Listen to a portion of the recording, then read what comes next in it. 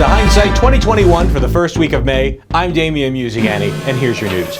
Leading off, over 100 million Americans have now been fully vaccinated against the coronavirus, but following this epic milestone is evidence of the emergence of new side effects following injections.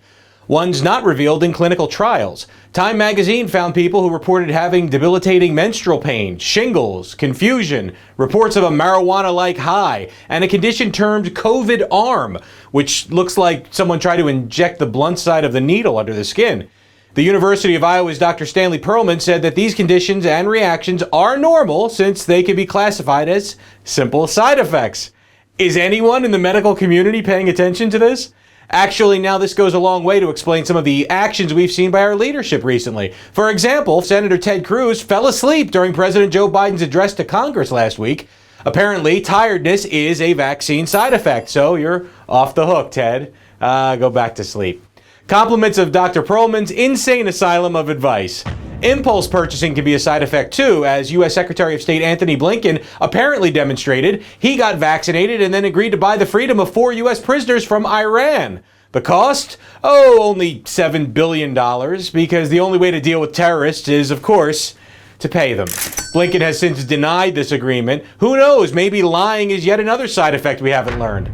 And memory loss is also being reported by those who received the vaccine, evidenced by Donald Trump Jr.'s testimony after being vaccinated in February, involving a federal lawsuit alleging the pocketing of funds from his father's inauguration committee. Hopefully Jr. is feeling better now. But what might be the biggest COVID vaccine side effect of all is love.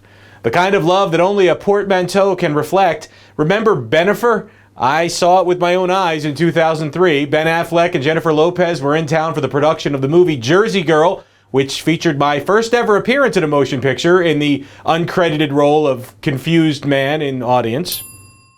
One highly publicized breakup, and 18 years later, witnesses spotted Affleck climbing into the back of a chauffeured white Escalade owned by Lopez, which then disappeared behind the gates to her mansion, and then similarly left with him aboard again a few hours later. This routine happened several times over the last week. I don't know if they are collaborating on a sequel to Gigli, but it sounds more like they are remaking the movie Booty Call to us. Cheers, you two. Whatever you're up to, I'm sure it's reflective of the solid decisions you've both made over the course of your lives. You're both probably used to needles at this point anyway.